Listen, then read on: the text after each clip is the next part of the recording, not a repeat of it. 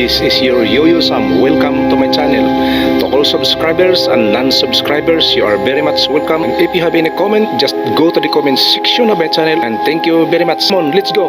Let's bolt in.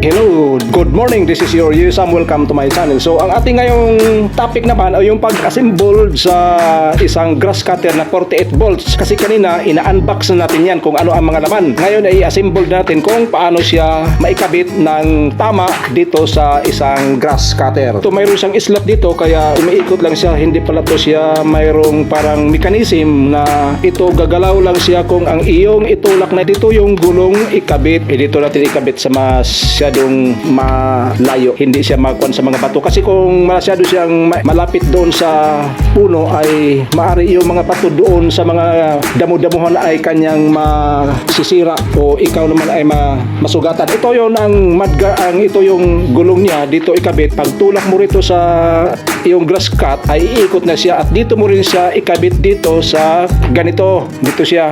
Ito i-testing natin ha. Tanggalin muna natin to. Pare-pareho lang to sa isang 12 volts na aming in-order kaya yung pagkabit nito ay madali lang. Alam ko na kung paano to sa ikabit. Hindi tayo mahirapan.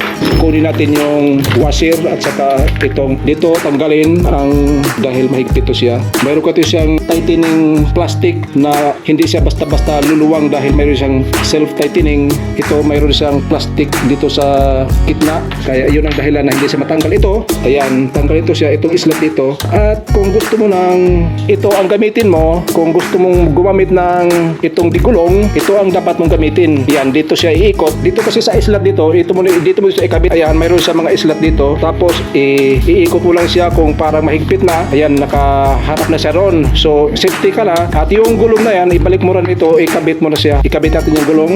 Ganito sa pagkabit ng gulong. Ganun din sa kabila. Pero hindi pa to siya mai-testing ngayon dahil charge mo natin siya ngayon. So, ito na. Ang nangyayari sa kanya, pwede na siyang iikot dahil mayroon siyang gulong. Hindi ka na mabigatan. Kung ayaw mo sa digulong, tanggalin mo kung magputol ka naman ng mga kahoy kasi hindi mo kailangan ng gulong, tanggalin mo siya at ito ang ikabit. Kung gusto mo na dadalhin doon sa mga iyong mga katulad ng mga maliit na daanan na hindi na kailangan digulong, tanggalin mong digulong, ito lang ay ikabit mo kasi kung ito pang digulong, baaring hindi ka makasyado makapagalaw-galaw, maputi yung walang gulong para to sa kanyang pag-tightening. At dito ilagay yung dito sa slot dito, ito mayroon kasi siyang slot dito, ilagay mo yung isunod ang itong washer, ayan, at higpitan ang switching. Kung mag-switch ka na nito, idiin mo lang siya at dito mo siya yung trigger niya, trigger pala, ito yung pindutin mo, ayan, dito na siya maghawak ka nito at gagana na siya. Kung gusto mo nang i-push mo lang to siya, ayan, at maaari na siyang mahaba na siya. Ang battery dito sa pipuitan nito, mayroon siyang slot dito siya isaksak. I-charge mo na to siya bago gagamitin. Hanggang dito na lang. This is your Yo-Yo Sam. See you on my next vlog and don't forget to subscribe and like and share it to your friends and pals. See you and God bless us all and bye-bye.